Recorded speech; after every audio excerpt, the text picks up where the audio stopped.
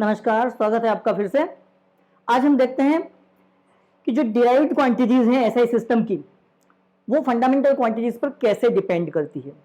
तो जो 7+2 क्वांटिटीज थी, फंडामेंटल प्लस सप्लीमेंट्री क्वांटिटीज, उनके अलावा जितनी भी और दूसरी क्वांटिटीज होती है फिजिक्स में, वो सब इन पर डिपेंड करती है। तो हम ये देखेंगे कि कैसे डिपेंड करेगी, और ये देखने का जो सिस्टम है उसको हम कहते हैं डायमेंशनल फार्मूला। डायमेंशनल फार्मूला हमको ये बताता है कि जो डिराइव्ड क्वांटिटीज किन किन फंडामेंटल क्वांटिटीज पर डिपेंड करती है एंड हाउ, कैसे डिपेंड करती है। हम यहां पर स्टार्टिंग में 3 बेस क्वांटिटीज लेते हैं, मास, लेंथ एंड टाइम। अब यहां हम यूनिट की बात नहीं करेंगे, पहले हम देखेंगे क्वांटिटी। सिस्टम ऑफ यूनिट कोई सा भी हो सकता है, तो हम क्वांटिटी की डिपेंडेंस देखेंगे। तो क्वांटिटी के लिए हम सिंबल फिक्स कर लेते हैं इसमें, मास, लेंथ और टाइम। तीनों के लिए हम सिंबल ले लेंगे, मास के लिए कैपिटल एम, लेंथ के लिए कैपिटल एल और टाइम के लिए कैपिटल टी। इनको बड़े ब्रैकेट में बंद करके लिखते हैं। डायमेंशनल फार्मूला का सिंबल का एक रूल है ये। तो इन तीन पर जो जो क्वांटिटीज डिपेंड करेगी उनको देखते हैं। मैकेनिक्स में मैक्सिमम इन्हीं पर डिपेंड करेगी, तो हम इन पर डिपेंडेंस देखते हैं। पहले के एग्जांपल से देख लेते हैं। एक सिंपल सी फिजिकल क्वांटिटी जो सब जानते हैं, velocity. Velocity is equal to होता है displacement upon time. Displacement means minimum distance between 2 points, that is length, distance. तो हम जब भी डायमेंशनल फार्मूला बनाएंगे तो हमको उस क्वांटिटी का फार्मूला पता होना चाहिए। यहाँ वेलोसिटी का फार्मूला है हमारे पास, डिस्प्लेसमेंट अपॉन टाइम। तो डिस्प्लेसमेंट की जगह हम M L T, mass, length और टाइम में से क्या लिख सकते हैं? Displacement is a length, so we put capital L at the place of displacement, और टाइम के प्लेस पर हम टी रख देंगे। इसको सॉल्व करेंगे, टी को ऊपर लाएंगे तो टी की पावर -1 हो जाएगी, तो ये बड़े ब्रैकेट में आ जाएगा एल टी रेज़ टू -1। अब यहाँ हम तीनों क्वांटिटी का यूज करना चाहें तो इस फार्मूले को लिखने का एक अनदर वे हो सकता है, m to the power 0 l t to the power -1। यहाँ जिसकी पावर 0 है उसको हम नहीं लिखें तो चलेगा, जैसे ऊपर फार्मूले में हमने नहीं लिखा था। तो दोनों तरीके हैं, या तो हम m की पावर 0 लिखें या नहीं लिखें, पूरा ही नहीं लिखें। और जिसकी पावर कुछ नहीं लिखी है उसकी पावर अंडरस्टूड है 1 होगी।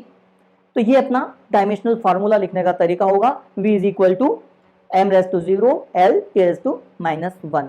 This is dimensional formula of velocity. अब डायमेंशनल फार्मूला होता क्या है, इसको हम डिफाइन करते हैं इस एग्जांपल से समझने के बाद में, कि डिराइव्ड क्वांटिटी का इस तरह का एक रिप्रेजेंटेशन है जो ये बताता है कि वो डिराइव्ड क्वांटिटी किन किन फंडामेंटल क्वांटिटीज पर डिपेंड करती है और कैसे डिपेंड करती है। किन पर डिपेंड करती है वो अपने फार्मूले में सिंबल दिख ही रहे हैं, और कैसे डिपेंड करती है ये बताता है उनकी पावर। बेस क्वांटिटीज की जो पावर हमने लगाई है वो, जैसे वेलोसिटी मास पर डिपेंड नहीं करती, तो मास की पावर 0 होगी, या मास उस फार्मूले में हम दिखाएंगे ही नहीं। लेंथ पर 1 टाइम्स डिपेंड करती है, लेंथ में वेलोसिटी में लेंथ का डायमेंशन 1 है और टाइम का डायमेंशन -1 है, मास का डायमेंशन 0 है। ये है डायमेंशनल फार्मूला। अब डायमेंशंस क्या होते हैं? वो जो पावर होती है ना बेस क्वांटिटीज की, जिनकी टर्म में हम किसी डिराइव्ड क्वांटिटी को रिप्रेजेंट करते हैं, so those power are called dimensions. Physics में डायमेंशंस का मीनिंग एक डायरेक्शंस भी होता है, पर यहाँ पर मेजरमेंट में डायमेंशन का मीनिंग होगा बेस क्वांटिटीज की वो पावर जिनकी टर्म्स में हम किसी डिराइव्ड क्वांटिटी को रिप्रेजेंट करते हैं।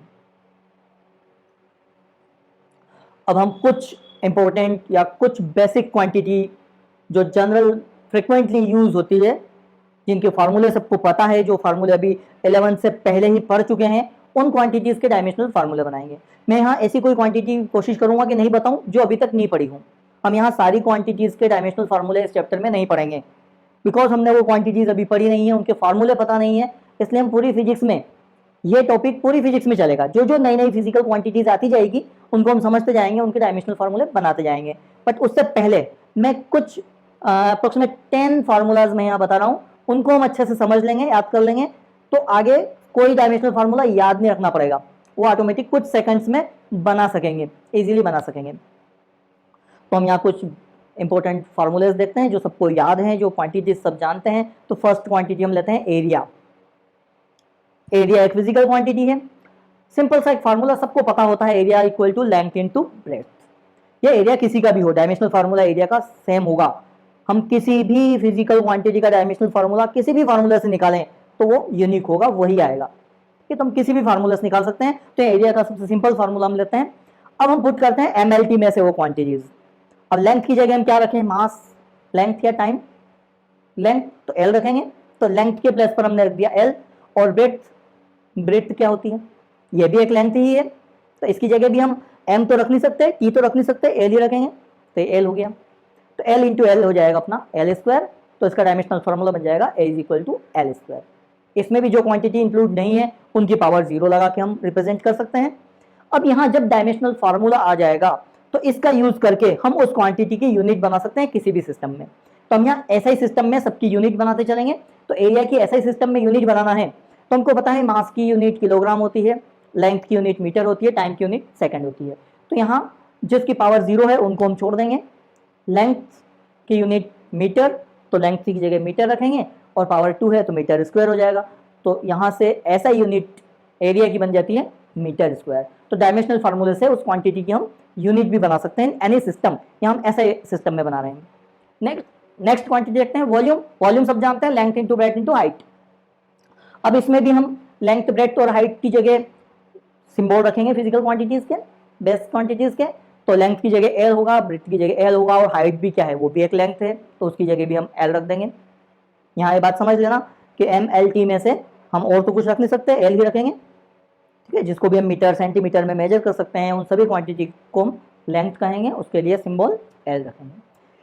तो ये हो जाएगा अपना L3, और इसको अपने स्टैंडर्ड फॉर्म में लिख सकते हैं हम। यहाँ दोनों तरीके हैं, हम या तो सिर्फ L3 भी लिख सकते हैं ऊपर वाला फार्मूला, या नीचे जैसे मास और टाइम के डायमेंशन 0 रख के हमने लिखा है ऐसा भी रख सकते हैं।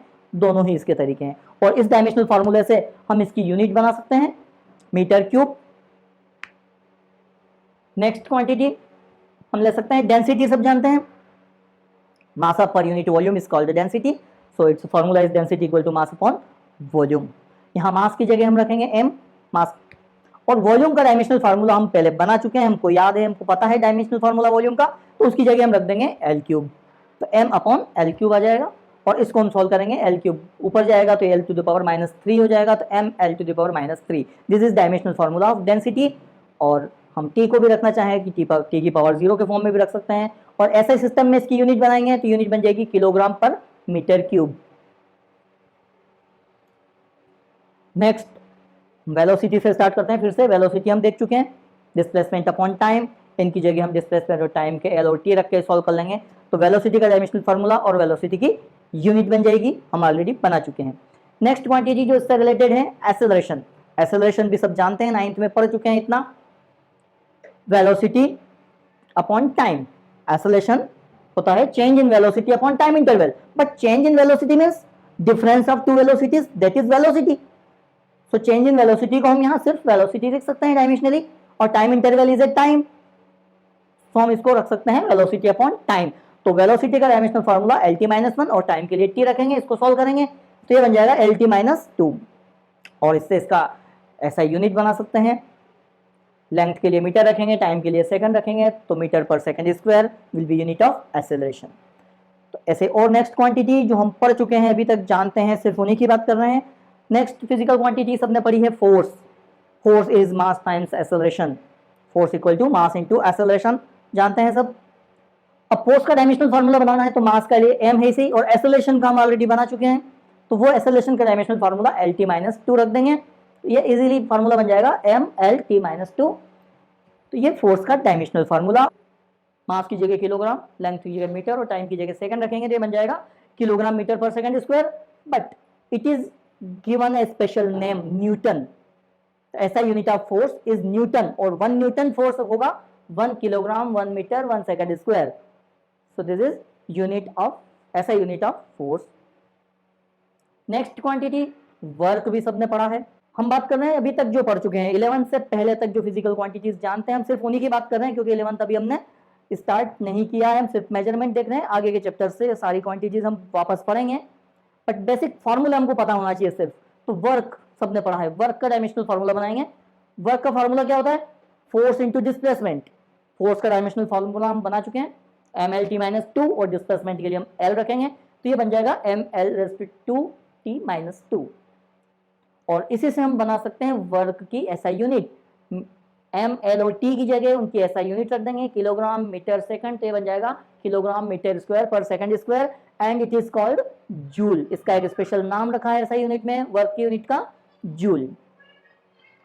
इसी तरह से एक और सिंपल सी क्वांटिटी सब पढ़ चुके हैं, power equal to work upon time, rate of doing work is called power, so work upon time.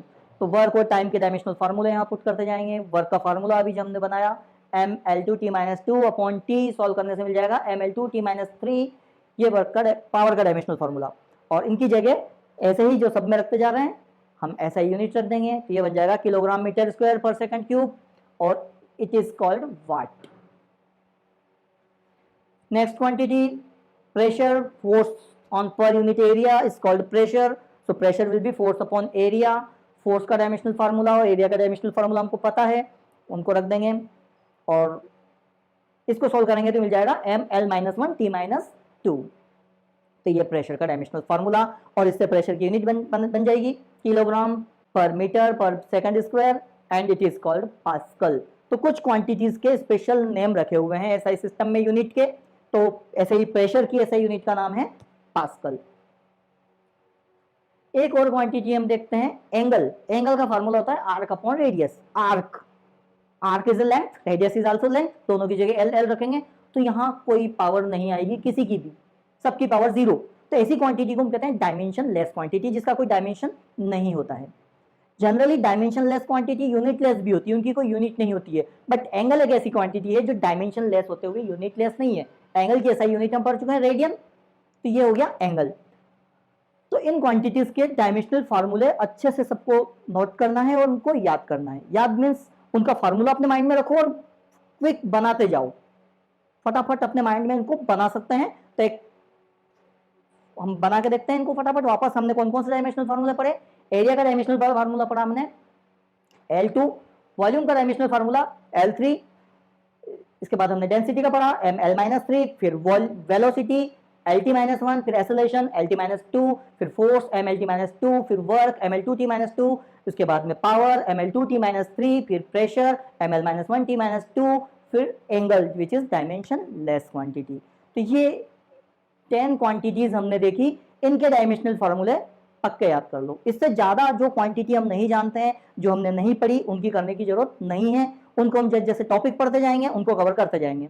तो इतने फार्मूले हमको मालूम है तो हम 12th तक जो भी क्वांटिटी पढ़ेंगे उसका डायमेंशनल फार्मूला बिल्कुल कुछ सेकंड्स में बना लेंगे।